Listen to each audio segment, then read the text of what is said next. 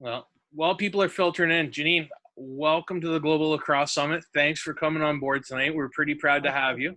Sure, I pleasure. know the great thing, and I try and tell this to people that are coming on as attendees, that the great thing about lacrosse, it didn't take a whole lot of twisting of arms or promises or things that we needed to do. You were one text message away and a phone call with a common friend, and all of a sudden we find ourselves chatting a couple times. I really appreciate you coming on here and sharing your knowledge, because Sure. my knowledge of women's lacrosse isn't that great, but I've learned so much this week from the presenters that we've had on and from the presenters that were now I understand the concept of why the stick goes to the ground after a goal, which drove me nuts for a long time.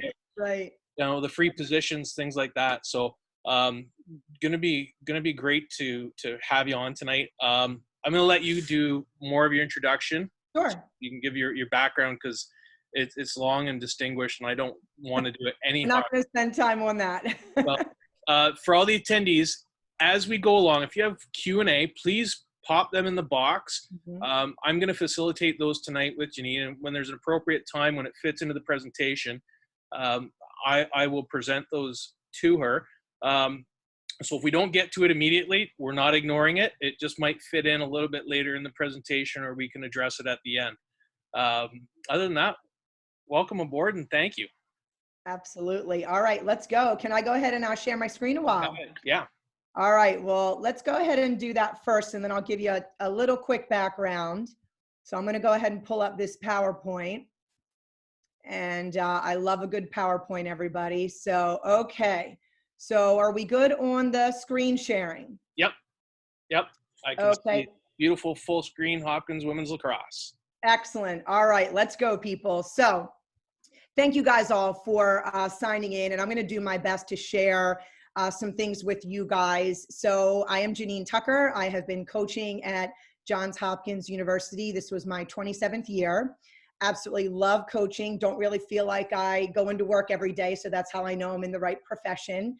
And I want to share some things with you about some offensive concepts. It's a very broad term, obviously, but I tried to pick a couple things that I wanted to share with you. And one thing that I'll share is that our goals for the presentation today, not only to share what we do, but I want to help you guys improve. And I've always maintained that whenever I go to a clinic or a webinar or a coaching convention, if I can just take one or two little nuggets from each presenter, I'm feeling pretty good. So that's what tonight's all about. I do have a bunch of slides, some what do you call it, videos for you guys that might be a little choppy depending on how your computer works, but I'll do my best to talk you through them. Remember, no matter what level you're coaching, you can always adjust the drills I'm going to show you to fit the level of player, whether it's youth, middle school, high school, or at the college level. So I always like to put a cool quote in my presentations, and I love Peyton Manning. I think he's phenomenal. And he said that he really never felt pressure. He always was somebody that watched a ton of film and was always very prepared. So I wanted to share with you that preparation removes pressure.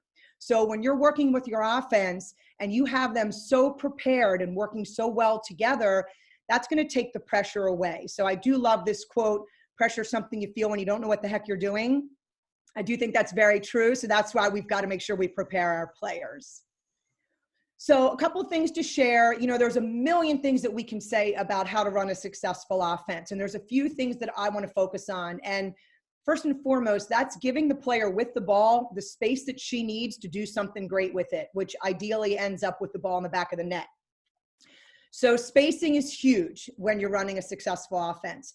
Being able to support the ball carrier. If she's able to get to the cage and get a high quality shot off, that's awesome. But if the defense does a nice job, she needs options. She needs support to keep the offense alive. Timing is critical. If I am running right in front of the Dodger when she's trying to get to the cage, my timing's off, that offensive drive is going to be off, it's not going to work. And then as coaches, to me, repetition's everything. When you do something over and over, that's how you get really good at it. So with your spacing, your support, your timing, and repetition, that's going to develop a number of intrinsic areas for a really good looking offense. And that is your player's ability to communicate. they're being able to be creative, like have some creativity on their own because they're so used to working with each other and comfortable. And then of course, chemistry. You can just tell when there's offensive groups or even two kids that work really well together, they have awesome chemistry. So that's what we're trying to develop when we're going after a good looking offense. So I want to share a little bit about our offensive philosophy, and I'll laugh because over 27 years, it changes. Your philosophy may change that year because of the players you have. For 2021 coming up, we want to play really fast. We want to let the ball do the work.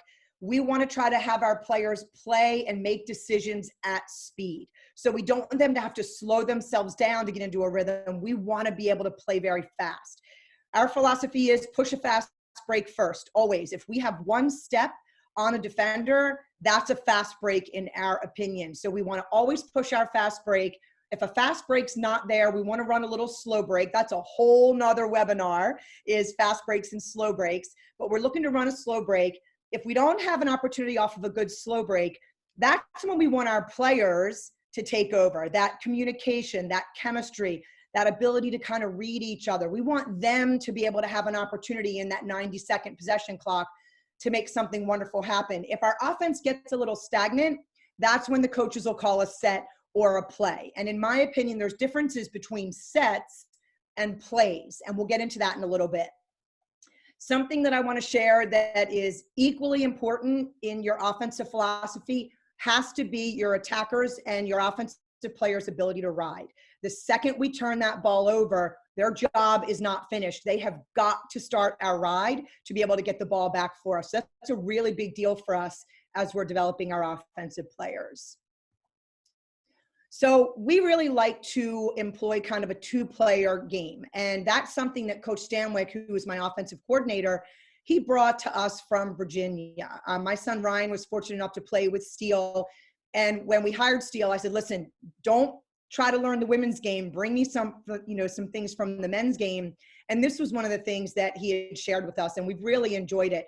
And the philosophy is essentially our two players can beat your two players. And it can be any two players that you want to pick and choose, or who's having a good day in, that particular game. But the two-player game is really cool. And we're going to show you how we like to develop the two-player game within our offensive structure. So just some things. And again, a lot of the stuff on these slides, I'm not going to read over everything. I just want to talk to you a little bit about it because you're going to be able to print these out in a PDF and have them, a hard copy of them.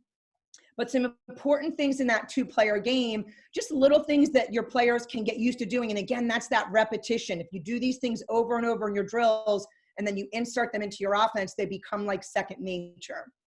The give and goes, the clear throughs and the dodges, the draws and dumps, setting a pick and a flash or a slip.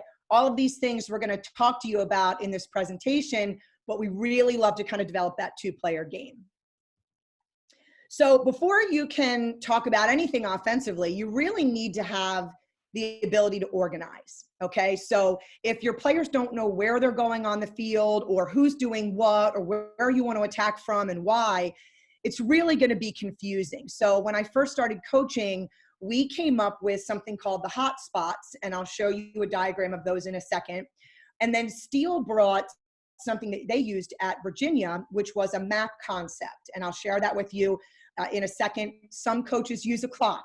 So taking a look at, the 8 meter and using a clock to be able to designate where they want their players to set a pick to or to dodge from.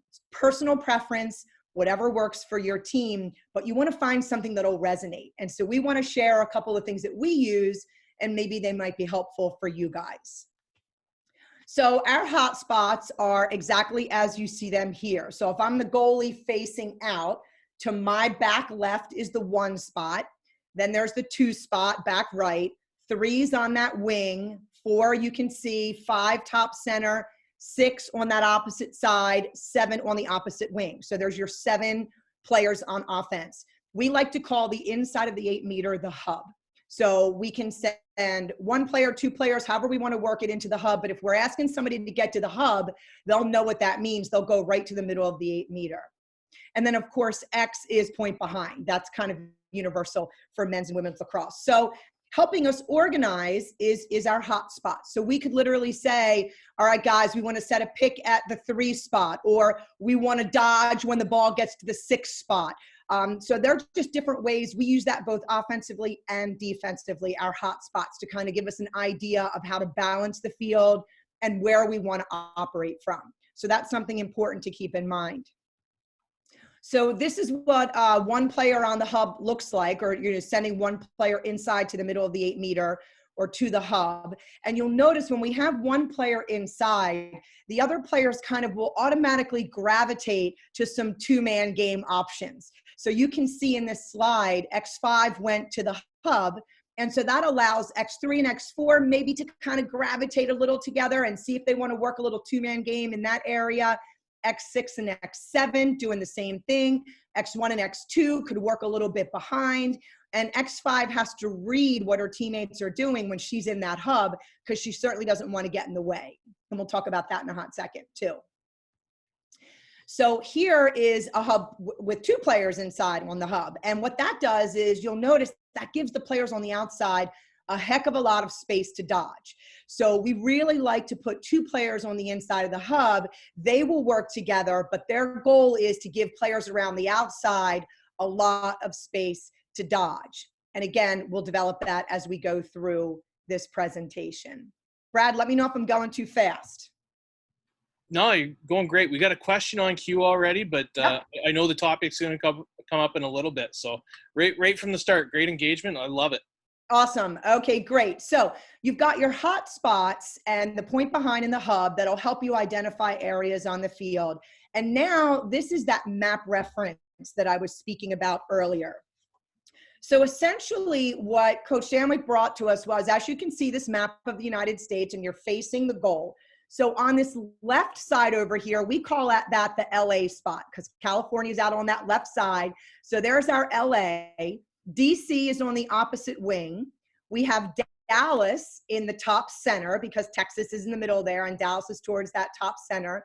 Again, you have the hub, the inside of the 8, and then X or point behind. So we use this map reference to set up and to name a lot of our offensive sets, right? So we could be setting a, LA twist, or a DC flat, or a Dallas crisscross. So there's different ways to name your offenses that'll allow your players to know where you want to dodge from or where you want to clear from. So this is just another suggestion for everybody to really think about how you can set up ways of communicating. Because remember, early on, we talked about the importance of communication within your offense, right? In order for them to get creative, they've got to be able to talk to each other and sort some things out. So having this map reference was really helpful for us, and we've been able to design a lot of offensive sets or plays or ways that we want the offense to flow based on this map reference. So now what we're going to talk about is, and a little bit of a reminder, like we said earlier in the presentation, the keys to an effective offense, that spacing and support are huge. Timing is everything. And then repetition. You've heard of that 10,000 hour rule. You've got to do something for 10,000 hours to get really, really proficient at it.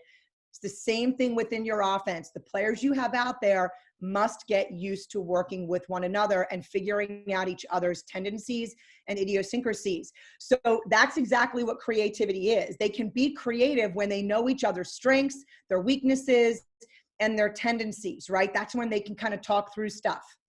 You'll notice, and you'll start to get really excited as a coach when you can see chemistry forming with 2 or 3 or even your whole offensive unit. That's pretty awesome, right? And it all boils down to being able to communicate. And that's part of our job as coaches, is to get our players to talk to and with one another. And most important, they have to listen to each other, right? So that's something that we have to drill down and talk about in the locker room, on the field, every day at practice. So something that we talk a lot about within our offense is you got to win your matchup. And it's not just when you have the ball. We've got to win our matchups off ball. We've got to get the player who's guarding us as an offense to focus on us and not our teammate with the ball. So the way I move, the way I position myself, the way I operate on the offensive end has to be able to fill a really good role so that I can win that matchup to help my teammate with the ball, or if I have the ball, to be able to get my hands free to get a shot off, right? So I put in bold on this slide, know your role, and we're going to get to that in the next slide. But something else that I want to encourage everyone, and depending on what level you coach, you know, often a team has maybe one superstar, maybe two, right? You know, some of these great college teams have 3, 4. Look at Team USA. They're all superstars. Team Canada, all superstars. So what you want to make sure that you understand is that every single person that you have out on that offensive side of the field must feel that they can be a threat. Yes, you want that kid that's going to clear space all day long. But if all of a sudden the ball finds her on the backside and she's not ready to be a threat or not ready to get a shot off, the defense is going to be able to reorganize. So we talk a lot to our players. Yes, they need to know their role, but they all have to be prepared to be a threat. And that's really, really important. When everyone feels like they can be a threat, that's when you start to see your offense's confidence go through the roof. And that's pretty fun to watch as a coach. So this next slide, I'm going to talk to you about the little individual roles that we expect our 7 players to fill. So first and foremost, we need a dodger. We need to put the ball on somebody's hands who's going to work hard to get to the cage to get a quality shot off. In order for her to dodge, somebody has to be very unselfish and has to clear through. So that clear through is one of my favorite players because they're the ones that make the offense go. Whenever somebody dodges on our offense, we want to make sure they have support. We just talked about the ability and the importance of supporting the player with the ball. So the 2 areas we really like to focus on are the face and the follow is what we call them. So the face teammate, she's going to be the person that is in front of the ball carrier when that dodge is happening. Not too soon. Remember, timing's everything. She doesn't want to get in the dodger's way. The follow is going to be a teammate, a player who circles behind the dodger. In case that dodger gets into trouble and has to turn out of that dodge, we want her to have options in front of her as well as behind her so we can get that ball moving and then look to maybe get it to the other side of the field to attack the cage in a different way. Now, we also have a flash player because remember, there's 7 players out there and we want everyone to have a role. So a flash player could be that kid, maybe she was inside the hub and she cleared space when that dodge was happening. But if that dodger didn't get her shot off, she can maybe back out of that. That's the opportunity for a player to flash to the ball carrier and receive a feed. So that flash player is that sneaky kind of player that can come off of a pick or flash to the ball if the dodge doesn't go through. I'm really excited about the float player. So we have 2 more spots left. The float player is somebody that knows they have to balance the field kind of high and away. But what's really important about our float player, because our ride is absolutely critical to us at Hopkins. So that float player is going to kind of get high and away because if there's a quick save and a quick outlet and our opponent is trying to fast break down the field, that high and away float player is going to say, oh, no, and she's going to slow that ball so we can get into our ride. And then finally, we have a crease player. So we've got calls for each of these, the dodger, the clear, the face, the follow, the flash, the float, and then the crease. Our crease player is going to 100% back up the cage for us. She's also going to provide kind of low and away support. Our crease player is also important because if there's a save that's made, she's going to get in the goalie's face because we like to pressure the goalie in our ride. So whoever finds themselves on that crease, if we haven't designated a player to do it, she's going to be able to get right up in that goalie's face. So those are some of the roles that we really want to constantly use this terminology. It helps the girls to communicate on the field, and we've stressed the importance of that communication. So, you'll see somebody, I got the dodge, or the person clears through, I got dodge, I got face, I've got follow, I've got float.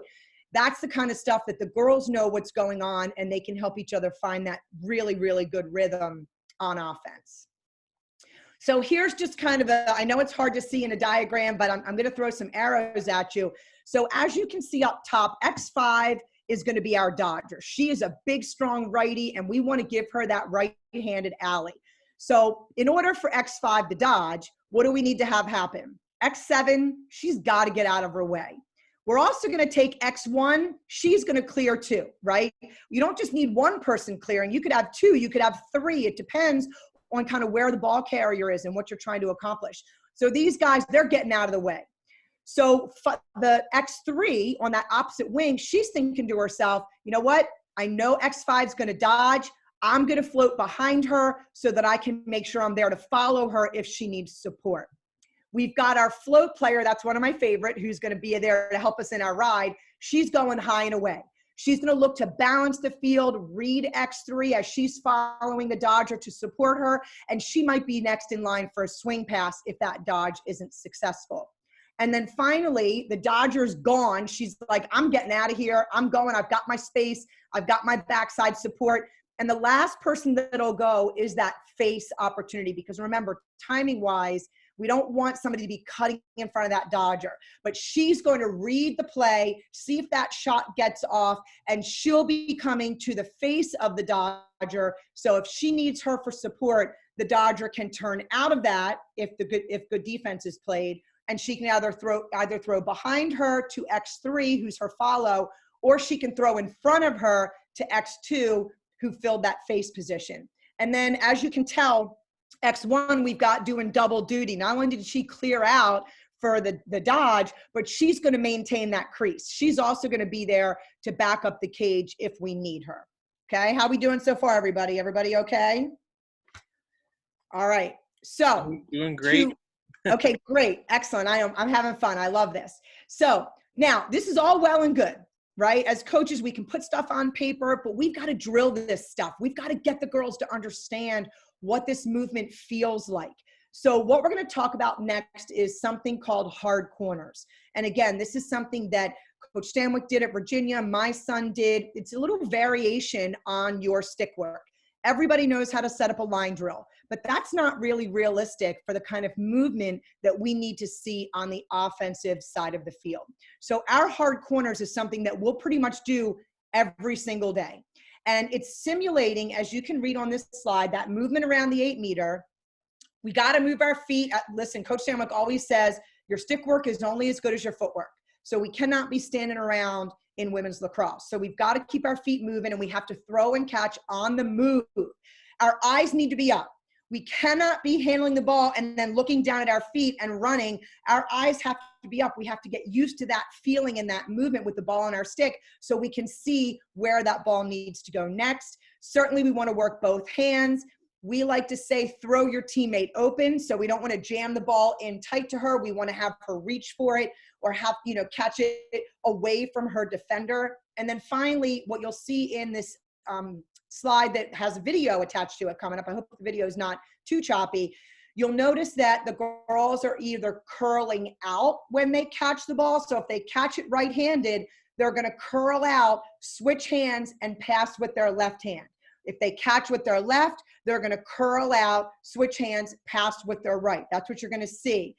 You're also going to notice that they can split dodge if they have some space. If they've gotten enough space between them and their defender that they're not going to get checked, they can catch with their right and then split to their left and move the ball along, all while moving their feet. So in this next slide, what you're going to see is some video of our hard corners. We set it up right outside between like the 8 and the 12 in front of the goal. There's 4 lines, but we're working inside out. All right, so when you're watching this video, you're going to see how we're working inside out. Let's see, I'm going to let you watch the video for a hot second before I start talking. All right, so that you can get a feel for the drill, and then I'll be able to give you a little bit of feedback. All right, so this is our hard corners, right? So you can see we've got 4 lines. What you're also noticing is we have 4 players. Coach Stanwyck's one of them, and he's got this like little football wacky stick that he likes to make a little contact with the girls so that they have to really handle their stick under pressure. So we have 3 injured players and Coach Stanwyck out there standing around the outside about 7 to 10 yards away. And so the girls are exploding off of that 12 meter, catching the ball away from themselves, turning either with a curl out, leading with their stick, protecting their stick so it's not left behind them, or they are doing a split dodge. So they can catch and split in front of their face to switch hands and then move the ball along to their offensive teammate. So this is just a variation that you can use in your stick work that we think simulates offensive movement. Okay. Brad, how are we doing? Do we have any questions that you want to throw at me yet? Let me unmute myself before I start talking. So you're going to get into some drills here, but I'll put this question to you. You might want to delay it. It's up to you. But how would you adjust any of these offensive drills, especially for social distancing in light of COVID? Oh, dear Lord, I want COVID to go away. And I think what I would do is I would just break this up into extremely small numbers. So if you had, let's say, 8 players, and you can take this hard corners drill and you can actually move it and just do it with 8 players, even, 6 players, do it 3 lines, right? And have, one on the inside and the one curling out, the 3 working around the outside, and then 3 on the inside, or 4 working around the outside and 4 on the inside. So I would just break it into smaller groups and then have it going on all around the field. So you have your inside 3 cones or 4 cones, and then just have your 6 or 8 players. And then that way it's much smaller numbers, it's well spaced, and you can try to get something good out of this drill, even in a COVID-19 situation. Does that help a little bit? Yeah, I think so. And the second part was more related to the offense in terms of, actually, it was a first or second screen that you had. Uh-huh. You have, in your 2-person game, do you have pairs that are predetermined where you have girls that like to play with each other, or do you let them kind of do that on the fly? It's a little of both. It's a little of both. You're going to recognize as you go through these drills in your practices, you're going to see chemistry start to develop between 2 players. You'll notice them talking more to each other, the high fives after they score, the come to me as far as setting picks and screens and things like that. So you want to pay attention to that. It's not that they don't like anybody else, but some players just start to develop a little bit more of a level of comfort with another player. So we will have 2 that work extremely well together, or it may depend on our opponent and who they've put on our 2 players. So if we have defenders that we think we can really beat that are on 2 particular players of ours, we'll isolate those 2 to work the 2-man game because we think we can beat up on those defenders. So that's how I would play that one. Sound good? Yeah. All right, let's keep on going. So now, this is all well and good, right? But what's missing from this is pressure. So here you're getting a ton of touches in this hard corners drill. You'll notice that there's 2 balls going at once. You could add 3 balls to make it very, very challenging. If you want to dial it back a little bit, just have 1 ball going at once. But what we need to do here is add pressure because, again, this isn't realistic for what the girls are going to be seeing when they're on game day, but this is allowing them to get a ton of touches on the move and really get used to that offensive movement. So the next thing we're going to talk about is hard corners with pressure. So this is also a really good drill for our defenders. So you'll see when I get to this next video, you'll see that there are offensive players in white, defensive players are in blue, and it's a big old lump in the middle of the 8-meter. We're doing this right in front of the goal cage. So there's a big old pile in there, and they've got to stay organized in their 4 lines. But you'll notice that when an offensive player pushes out to receive the ball, a defender's coming with her. And she's going to chop her steps. They're not trying to check on impact, but they're just trying to be annoying and be there, get their stick in there, maybe knock something down if it's a lazy pass. We really want the offense to throw their teammate open. We really want them to push out and get their hands free so they can operate under pressure. And we want them literally to stare down the defender and be like, you're not bothering me. Right? So we can only work that and get used to that if we put them in those situations and in those scenarios. So you're going to see now in hard corners with pressure, what we're also going to ask the players to do, and I don't have the volume on, and it's also the same as in regular hard corners, use a name. Get used to talking to one another. Get used to communicating. Use your teammate's name as you're looking to send her the ball or as you're asking for the ball.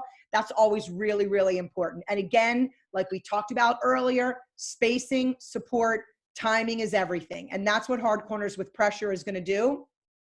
So here, again, I hope the video is not too choppy. You'll see the offensive players are going to be pushing out as the ball is getting, to their teammate, they want to be kind of holding their cut for a little bit until she clears her hands and then popping out hard to receive a pass. They can either split dodge in front of their face if they have a little bit of space, or they can curl out. Again, these hard corners now with pressure is really simulating the kind of movement we want to see by our offense. And with pressure now, we expect them to stay calm, cool, and collected on game day when somebody's out in their face because they're getting used to it here. We will ramp the pressure up for the defense if we want them to literally like touch their opponent and swipe at them a little bit. A nice controlled little check is something that really helps our offense protect their stick and get used to that. But right now, we're just getting them used to popping open, getting their hands free, split dodging or curling out of the pressure, moving their feet to get clear to make a good pass, right? What we like to tell our players is if you're not ready to pass, your teammate who just cut for you will recut. You keep carrying the ball. It's much better than you chucking the ball because you just want to get rid of it versus knowing you're going to make a really good pass. So you'll see some of the girls may carry the ball a good few yards because we are going to yell at them if they are not making a spot on pass because they just chucked it. So we really do enjoy doing hard corners with pressure. It does put a lot more on the offensive players, and it also helps our defenders to chop their steps, maintain their balance. And what you'll notice, last thing I'll tell you for my defenders out there, is when the ball is passed, you'll notice that the defender is throwing her stick to the inside of the 8 as she gets in. So she's hustling to get back into the middle of the 8 like she's in team defense, and she's leading with her stick. So that's just a little something to pick up on for the defenders to do, because when you lead with your stick, good things happen. Maybe you can knock something down. So that's our hard corners with pressure. So now, this is, again, some fundamental stuff that we want to do to try to help develop a really good, successful offense. This next drill that I'm going to talk to you about that you're going to see, it's called 3v2 inside the 8 meter. And I'll go ahead and walk you through that. So this next drill, 3v2 inside the 8 meter, at Hopkins, we talk a lot about developing complete players. What does that mean? It means that if I'm an offensive player and I'm beating a midi down the field and I get onto that defensive end before she does, I need to be able to hold my own. If I am a defender and I have the ball and no one has picked me up, there is not a shot collar at the restraining line. That defender needs to keep going and go towards that goal to collapse the defense. And if no one picks her up, we want her shooting. So we want to develop complete players, players who are very comfortable on either side of the field, no matter what the situation is. One way to do that is sometimes we'll start our practices before we even do our warm-ups. We'll jump right out there and do a small-sided, quick, high-energy drill just to get the blood flowing, and then we'll step back, do our dynamic warm-up, and get into our regular practice. This next drill I'm going to show you is one such drill. We actually use tennis balls. Everybody plays everything. So you'll see a team in white and a team in blue, equally balanced, attack middies and D, attack middies and D. Sometimes when we divide the girls up, we'll do public school versus private school or blondes versus brunettes. Just a fun way to, kind of break the two teams up a little bit and make it competitive. Coach Stanwick, you'll see him, he'll be in the back of the goal with a ton of tennis balls. We use a lot of tennis ball work with our offensive players because the ball is so much lighter than a lacrosse ball.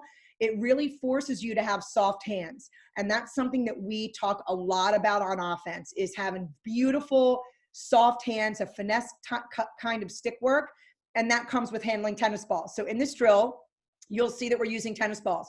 The white team will go, let's say maybe for like 3 or 4 minutes, and then we'll blow the whistle, we'll keep score, and then we'll flip-flop. And then the blue team will go on offense, white will go on defense. You'll see here, if you drop the ball, it's over. A new ball's coming in, you got to get out. You wasted that opportunity to score a point. So taking care of the ball is extremely important. All right, so let me go ahead. Brad, you okay? You have anything to add, or can I go ahead and share this one? No, you know what? We actually got to recruit, like a recruiting question, but I think we can handle that one at the end. Sure. Don't let me forget that. Okay. So here's our drill. Again, I'm going to let you watch it for a hot second so you can see how it's set up inside the 8. Coach Stanwick is in the back with a ton of tennis balls. That was a nice save. You'll see the team in white has the 3, that's done. You drop a ball, it's over, you're out. You missed that scoring opportunity. That's a nice save there. So the team in white is trying to maintain their spacing. Again, a good offense, handles the ball quickly. Timing is important. They have to recognize where each other are. That was a nice defensive play. So this drill will help our players to work on their spacing, especially if they're inside that 8 and it's a little bit tight. It's going to help them handling the ball. It's a tennis ball, so it's awful light. They've got to really be quick. We like to encourage them to use a lot of one more passes, so not a lot of cradles, one touches, little head fakes, as you see this drill. And then also defensively, we're trying to work on breaking our steps down, talking through our slides, getting our sticks up, knocking a ball down. That's kind of what we're working on defensively. And so you'll see as this drill progresses, we'll switch sides. The blue team will come up to play offense, and the white team will go down to play defense. So again, it's just one of those drills that's super fast paced. It's a fan favorite of our team. It really gets the blood flowing. You've got to handle the ball. I don't care if you're a defender, I expect you to get a decent shot off. You know, I don't care if you're an attacker, I expect you to play good, solid, under control defense. So it's just something to have a little fun with, and the girls really do enjoy it. I think Coach Damrick has the most fun whipping tennis balls at everybody, to be honest with you. So hopefully you got a good idea of what that drill looks like. There's a good finish there. What's an average score look like in one of these games? And oh my goodness. This is a question from me because I'm seeing a lot of saves here, but I'm seeing a lot of goals. Well, I'll tell you, that's a great question. It depends on how much time we go for. The girls always scream for more time. So sometimes we'll only go for like 2 minutes, and then it'll be a little bit lower. And, you know, if somebody gets hot, you know what, I honestly don't know like an average score, but sometimes when the girls get hot, the goalies are slightly traumatized and they don't love it so much. But you'll also notice there were some really poor shots being taken. There were some in tight highs, some shots right at the goalie. So the whole time we are coaching them up to talk about, look before you shoot, get your feet around, get your hands free, look for the one more pass, because we want them offensively. If you're man up, the expectation is you're going to get, or you should get, a quality shot off. But then we're also praising our defense when their sticks are held up, they knock something down. So it's a really good competitive drill to get everybody going. And the emphasis on the defense is to get in that lane and force the pass or force the shot immediately, right? Like there's no sitting back and waiting for something to happen on this. You're 100% right. The emphasis is on breaking your steps down, trying not to hurl yourself, because good defense means good balance. So they've got to fly out, chop their steps, get their stick up, get in the kid who's got the ball's hands. The kid with the ball wants to get rid of it before that happens. And then it's the communication on the sliding. That's a really big deal. Coach Tara, who's my associate head coach and who runs our defense, she will blow the whistle and stop this drill if she cannot hear her defenders directing each other. And it's not just the two that are out on the field. It's also the defensive players that are waiting to come onto the field. They should be talking to their teammates too, of course, as well as the goalie. So It's just a really fast-paced, high-energy, fun drill that the girls really enjoy. But that tennis ball makes it very challenging with handling your stick. But that's what really helps you get better, right? Well, I love the fact that there's not a de-emphasis on one or the other. A lot of coaches say this is primarily an offensive drill or this is a defensive drill. I love the fact that, you know, the defensive team isn't given any slack just because the offense is starting the attack on the 8. So I like that. Yeah, and again, just kind of with that complete player mentality that we want everybody playing everything at every opportunity they can get. So that's kind of cool too. And the girls really, a lot of our defenders have told us forcing them to play on the offensive side in drills like that and to do things that their offensive opponents are doing helps them be better defenders and vice versa. When our offensive kids are forced to play defense, they get a better understanding of what those angles are like and where the defenders are trying to force them and how to beat that. So that's something that we've really seen some good, gotten some good feedback from our girls on, which we appreciate. So now what we're going to do is we're going to get into a drill that really is going to hone in that two-man game, right? But what we noticed with our players is oftentimes you would try to work the two-man game and they would end up forcing it. Right. And that's where you could get yourself in trouble. If the defense plays good two-man D, it is okay to move the ball on, right? And so in this next drill, what you're gonna see is it's set up, you'll notice, and I'll show you the next slide, but let me just tell you real quick, you can either do this from high to low, which is what you'll see, or from either wing, all right? And we like to do it both ways. We want the players to work the one-on-one game first. So for example, if the defender's sleeping and I've got the ball, you go to the goal on that one-on-one, right? We then want you to work that 2-on-2, that little two-man game. Work that for a little bit. If the defense plays good D, go ahead and turn out of that. Don't force a crappy shot, right? Turn out of that and throw the ball back. You're going to have a third offensive teammate waiting either up top, above the 12, or behind, because we run this from up high as well as down low. So you can turn out, the girls know, and throw back into that third player. Now it's a 3v2 to the cage. So the defense really has to be on their toes. All right, so what you'll see is, don't worry about all that's going on this slide. It's going to be more for you guys to print out.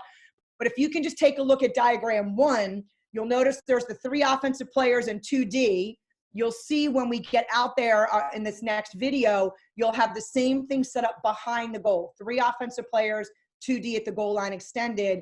And that's what I'm going to go ahead and show you, and I'll talk you through it as we show you this video. So watch it for a hot second first.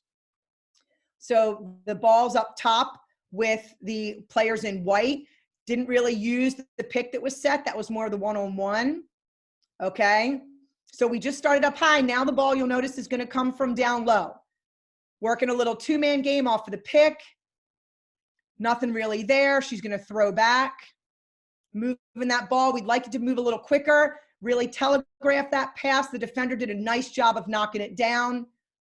We get it back, right? And now the drill is going to start back up high. So here, again, nothing really on a two-man game. These are some of my younger players that didn't quite get that two-man game going to set that pick, but that's how they learn. So now we throw, we set a pick, we roll off of it, nothing there, good defense, we throw back. Now it's a 3-on-2. You'll notice that little one touch right there, pass, I thoroughly enjoyed. The shooter dropping her stick, our goalie was able to read that. So those are some coaching points. Nice pick set there, but the defense did an excellent job. So we curled out of that.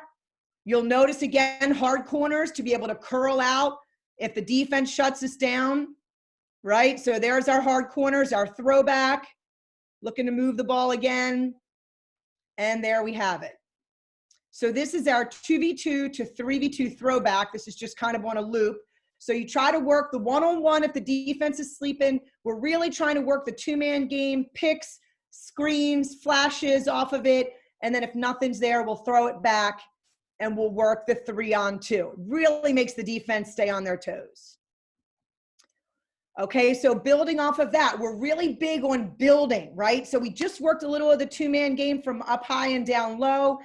And now we're going to work with a group of 4. And this is our 4v3 exchange drill. So again, when you see this drill set up in the next slide, it's just the diagrams for you to be able to do this when you get around your team. 4v3 set up around the 8-meter. A coach will throw the ball in. Here's what we want to see. Oftentimes, many of our players on offense on the back side, so not on the ball side, but on the back side, what do? They stand there watching the kid with the ball, or watching what's going on the ball side. And that's something that we want to get away from. We want our offense to know you have to play your defender. You have to move so that she's looking at you and not able to help the ball side defender. So what you'll notice in this drill, both sides offensively have to exchange. So the ball carrier may throw down and pick down. She may do a little flip on the ball side. The backside kids cannot stand and watch. They also will be exchanging and crisscrossing, right? And we want our eyes up. So again, this is the setup for the drill. A lot going on this slide, but this is more for you to print out, right? And you'll see though in diagram 2, how both ball side and backside offensive players have to flip-flop. They have to exchange, all right? So here's the drill. So we've got a little throwdown. Whoop, defender didn't really see that pick. We find a cutter on the backside. That's a pretty decent offensive opportunity. All right, so again, the coach is up top with the ball, throws it in. We're going to throw down. We're going to look to set a little bit of a pick. The backside's exchanging. We're looking, see what we've got. Now, again, what we have to talk to the girls about when we're doing this is, as we talked at the beginning of this presentation, spacing. So we want to maintain our spacing. We don't want to get too sucked into the middle of the 8. We want to have a face. We want to have a follow. We want to have somebody backing up the goal. So again, there's your throwdown. That's your exchange on the ball side, and then your exchange on the back side. If we can get a good looking shot off out of the 2-man game, we're doing it. If we can't, we're looking for that backside option. Here's another day of doing that drill. So what we'll ask the girls to do here, we'll ask them to use their look away passes to try to get the defense to shift. We'll ask them to use some behind the back passes. Now for this particular series that you were just watching, why am I going to tell the offense that was not good enough? Because it took them 5 years to get a shot off. We are not ever man down or man up for that long. So the other thing that we're trying to communicate with the girls is that they've got to take advantage of the man up opportunity sooner than later, right? I get it. It's a drill format, but even though they ended up scoring in that one set, we're going to let them know, hey guys, not good enough. You took a little too long, right? We will never be man up for that long. Okay, so that's our 4v3 exchange drill. I'm going to try to watch my time. I got a couple more slides to get through. So these last 2 slides that I wanted to show you guys, this is where we're going to put it all together. If you can just watch this, and then I'm going to talk about it in a hot second. So this is a 7-on-7. Blue is on offense. White is on defense. Now let's watch it again. So we got to clear through. We're looking for a dodge, draws a double. We've got to use hard corners here. Keep our eyes up. We do see an open player on the backside, but she's going to maintain her spacing. Keegan, who had the ball, didn't want to just chuck it over there. The ball ends up finding that open player on the backside because of the movement of her teammates. There's your clear through, draw a double. We got to use hard corners. We're protecting our stick. I'm not just going to chuck that ball to the middle, to the kid who's wide open. I'm going to be a little more thoughtful with it. Ball comes back up high. There's still lots of movement, good spacing, and we end up finishing the shot, right?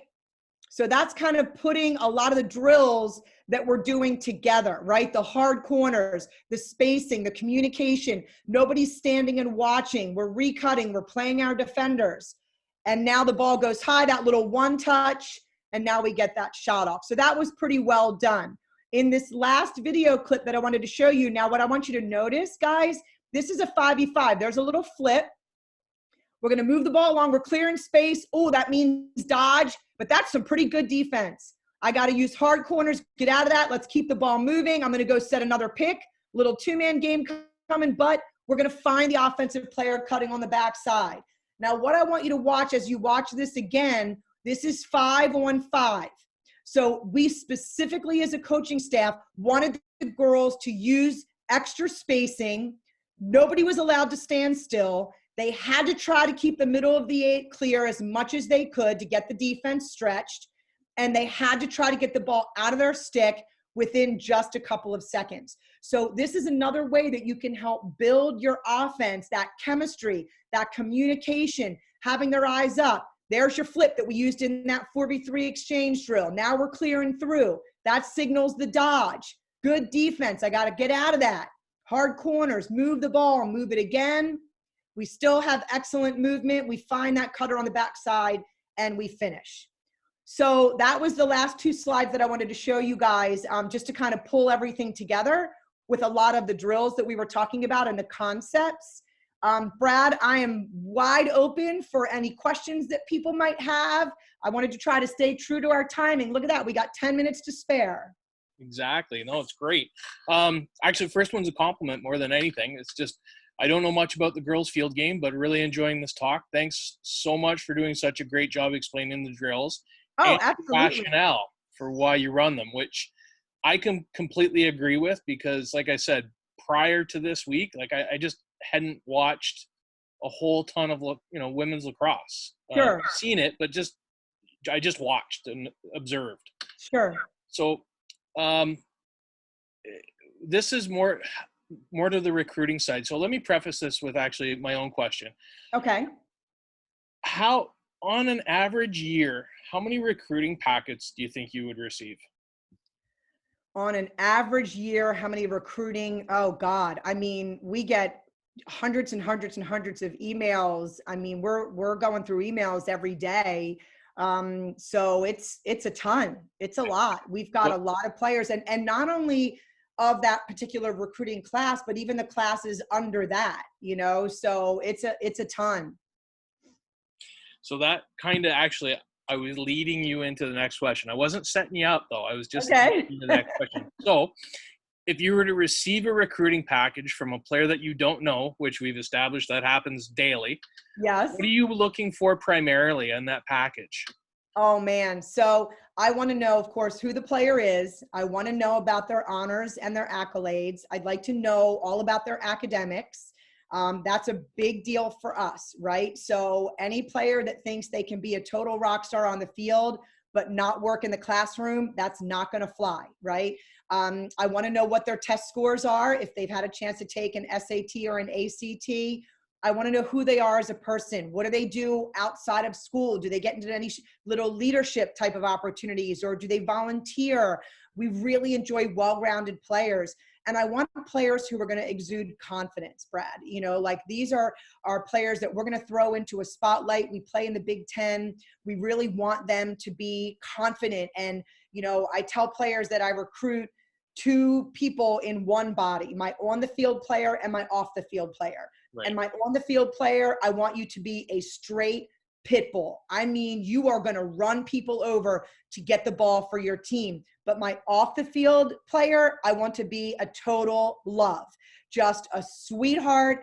She's going to be a role model for little ones. She's going to present herself well with a lot of confidence. She's kind-hearted. So I really look for two separate things in one person, that pit bull on the field and that sweetheart off the field. So great. Leads me into another question because these keep Sure. going in here. But so do you insist on girls using both hands? Absolutely. But I will also tell you, if there's a player who is so proficient with one hand and it's not an issue, I'm not saying a word. It's the same thing. If I've got kids shooting sidearm and it's going in 90% of the time, I'm not saying a word about it, right? Yep. But when you are struggling and when a team takes your right hand away and you still are not able to be successful, that's when you got to get a left hand. But there have been plenty of players who have been one-handed. Look at some of our Canadians, you know, that are so good with their one hand, and that's fine with me. But I really do prefer that players are proficient with both hands. It just makes you more versatile. It makes you more marketable. It makes you, you know, a little more capable on the field if you do put the work in with both hands. So how many, over the course of your coaching career, how many international student athletes have you had? Oh Roughly? my gosh. Well, I have my wonderful Canadians that we have now. Actually, I have three of them. We've had players from England. You know, I really would love to get as many more international players as I possibly can. But England and Canada have been the two that we've really pulled from. So we're wide open for international players. What is that flavor? And this isn't actually a question on there. I'm just my own question. What does that do for your team, for your culture, to have that outside influence? Well, first of all, you know, for our player from England, everybody made her talk all of the time because of her accent, right? But, you know, listen, you go to college to learn and to grow, right? And so when you are able to meet people from other areas, from other parts of the world that you may not be as familiar with, and you can learn their story, and you can learn how they grew up and what they've gone through and what their family has seen and done, that's just how we grow as people. And you know, relationships and being a part of our you know, family at Hopkins is a really big deal to us. So being able to be open and accepting others for who they are, for their differences, for our differences, that's really important to us. And so whenever we have players coming internationally, that really just adds to the flavor of our team. Yeah, I agree. Mm-hmm. So got it. Yeah, but I think it means, are we at a disadvantage when we're zoned for a public school that's not particularly strong in lacrosse? Can we rely solely on club lacrosse? Which I think that's kind of a complicated question. I guess they're maybe talking about the recruiting process. I'm assuming so. Okay.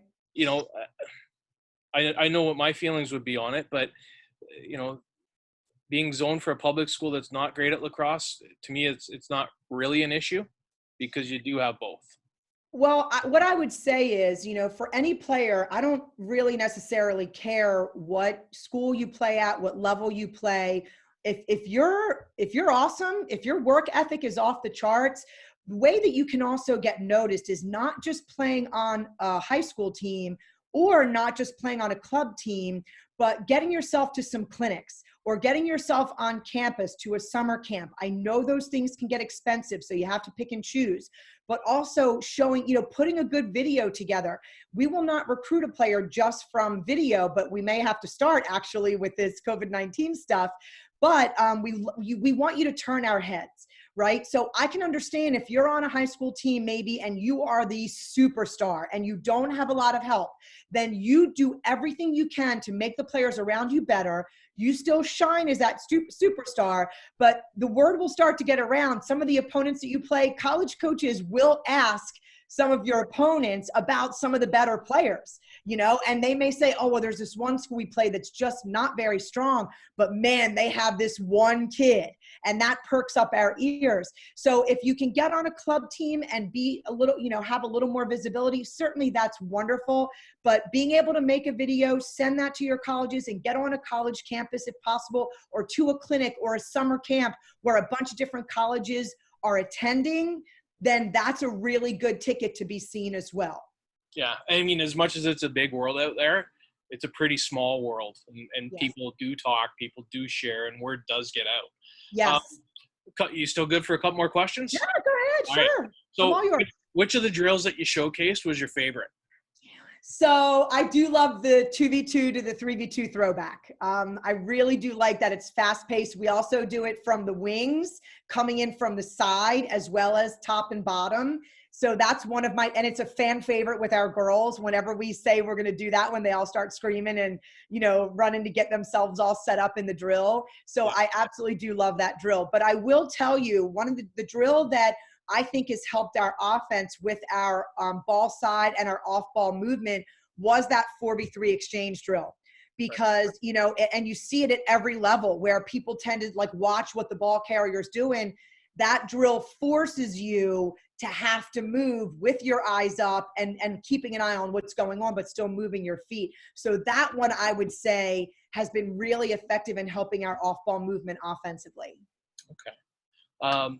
Now, this is more right towards Hopkins and COVID, but what's the landscape look like for camps and clinics going forward?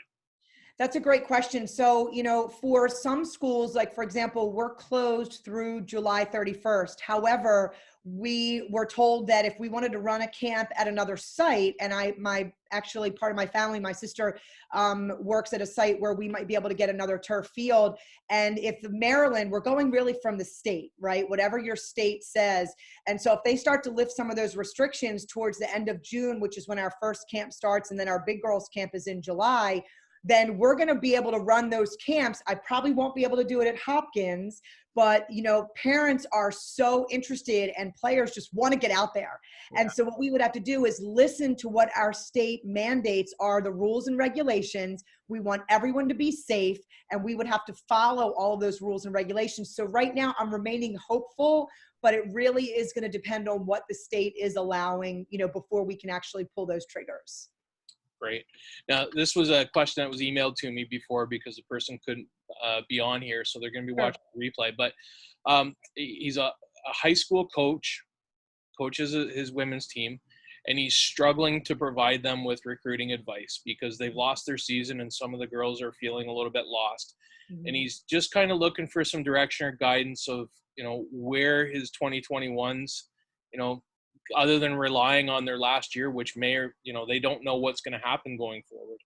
What advice would you have for coaches like him to keep his girls front and center? Yep. So what I would definitely say is we have to make a choice to stay positive as coaches with our players, right? This is a difficult situation, but I'm a big believer in our attitude, and our mindset is everything. And we have to impart that to our players. So the first thing is we have to find the positives in this. And the first thing I would tell that coach is have those players make some backyard video.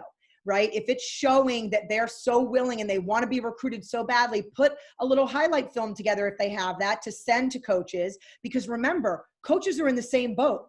No one's getting ahead of anybody else because we're all in the same boat. So the first thing I would tell that coach is tell your players to take a breath. It's going to be okay. And you're going probably old school, like back when I committed, which was in the fall or winter of my senior year, because we waited to take official visits, right? That may be what these girls are doing. And I want him to let them know and encourage them, listen, you're still going to have a process. You're still going to find a home. You're still going to get to a school. It might just be a little different than you thought. That doesn't make it wrong, right? So I think what the girls have to recognize is, get out there in that backyard and take some video. Send that to college coaches. Continue to get your name out there. If you sit around waiting for it, it's not going to happen. You must be proactive. The second, things get lifted and you can get out there and do some small-sided things, or if you can get to a camp or a clinic, get your butt out there. Have your mom or dad video you so you can use that and continue to send it over the summer and into the fall. When you can, get on different campuses, as best you can, just to do a little legwork and see what you like and what you don't like.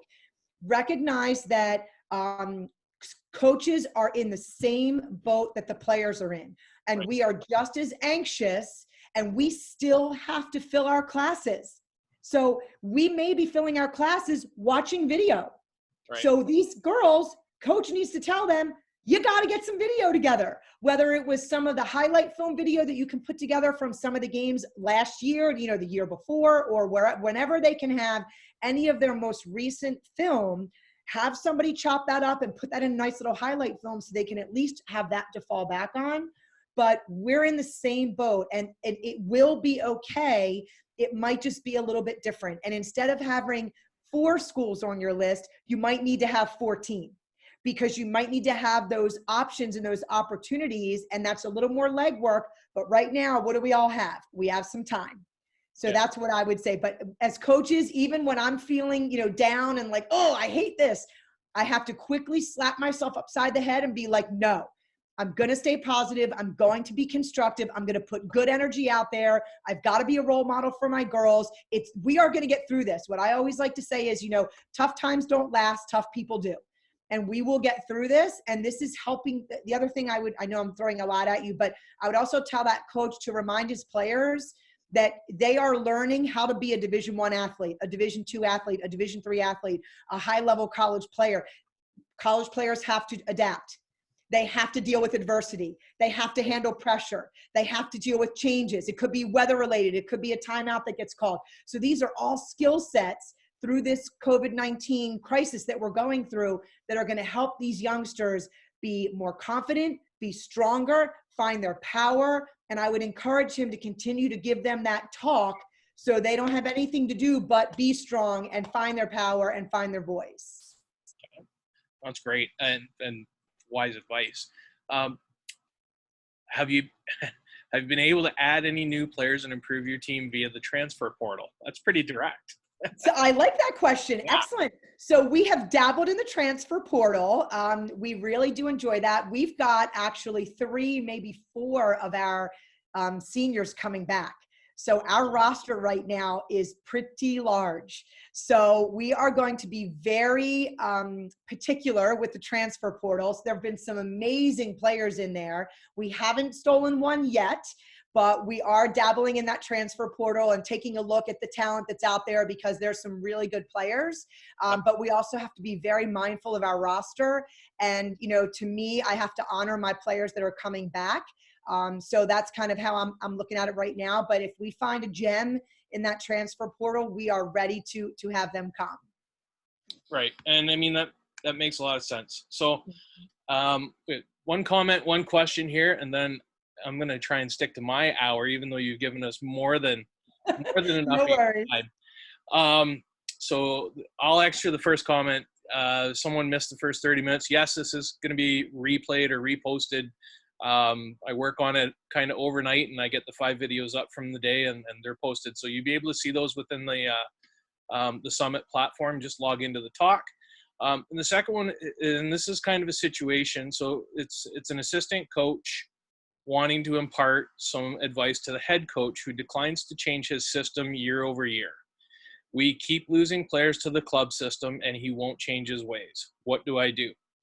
And it was interesting because I was reading an article with Coach Urich, I believe he's at Georgetown, Yep. maybe, Yep. where he was talking about his roster changeover. And specifically he said, now I get to change this, and now we get to do this, and now we get to impart some changes. Whereas you led off, the very start of this session and you said, we get to change year over year. So if you're kind of, and I kind of know how old this person is, that the assistant, bit younger. Okay. And an older, probably set in his ways coach. Sure. How do you suggest she tackles that? Well, that's a doozy, but you have to tackle it. And I think one of the worst things that coaching staffs can do is to not challenge each other and to not support each other and to not have discussions.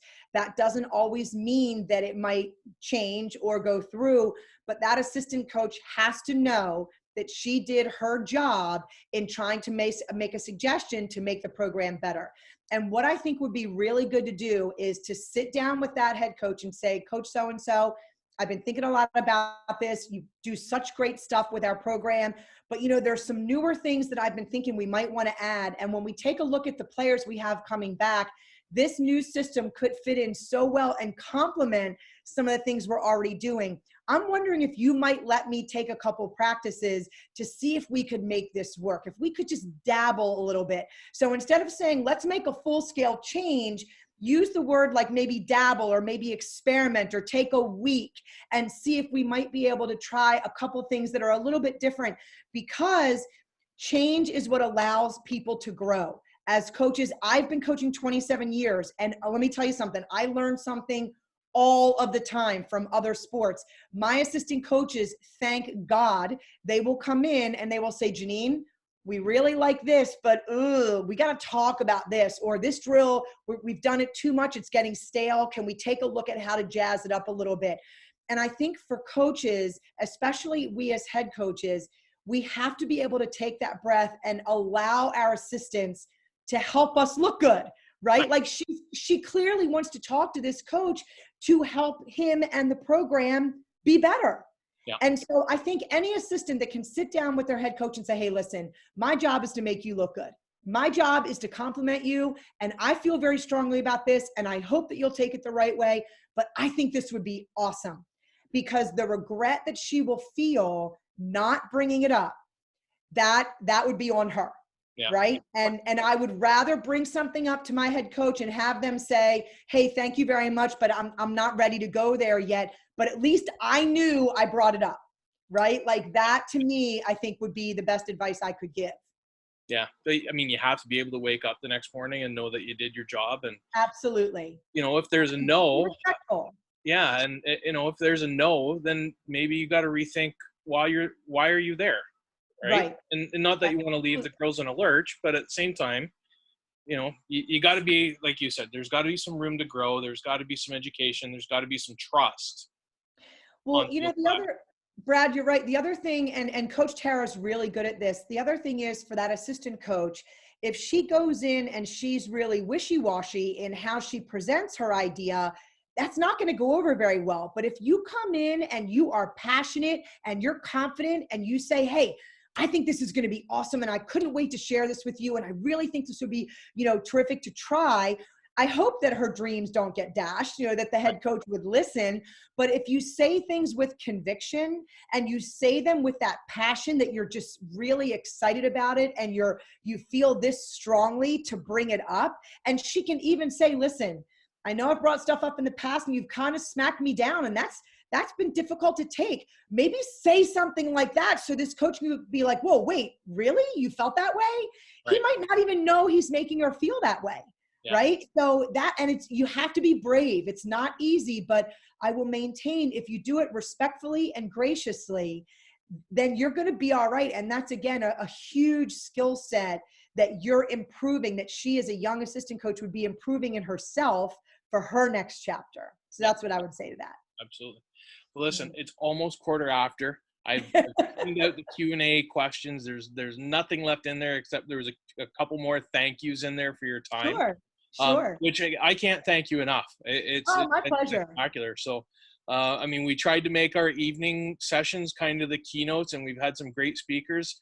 And obviously, you're one of those great speakers. So, Thank passion, you. conviction, vigor, obviously well planned out and detailed, which I kind of knew was coming, thankfully. But Well, thank you for having me. I really had a blast putting it together for you guys. okay, well, listen, we are back at it tomorrow. Mhm. A couple more thank yous rolling in. We're back at it tomorrow. If you're a high school coach and you are looking for some of your players who might not be cutting it academically, things like that, we have Chuck Wilbur coming on, who's moved on to advancement at Onondaga Community College. He was the former men's head lacrosse coach there, but he kicks it off in the morning and just tries to explain some junior college options. You know what? I'd like to lend you the last word on that. If there's no other options, what does the JUCO option provide for female athletes? Oh my gosh, not only that, but also the club option. There's a lot of players that, some of the club teams out there are absolutely phenomenal, and they don't come with as much pressure or as much scheduling or time commitment. So I'd say just keep a very open mind. And some of those junior college opportunities, club opportunities, stepping stone opportunities. And again, if you go to a school and it's not the right fit, that's why we can transfer. Right? So you go and you get your feet wet, you kill it academically. And then if you want to look into another school, that's why we have the transfer rules. So I would say keeping your eyes and your options wide open. JUCO as well as club opportunities are terrific. Awesome. And you never know when you might have a program dabbling in the transfer portal, just Yep. for a player to be named, right? Absolutely. Absolutely. You have a great night. Thank you for everything. To the attendees, thank you for being here. You guys all, again, have a great night. Stay safe. Talk soon. Thanks, Brad. Take care. Bye-bye.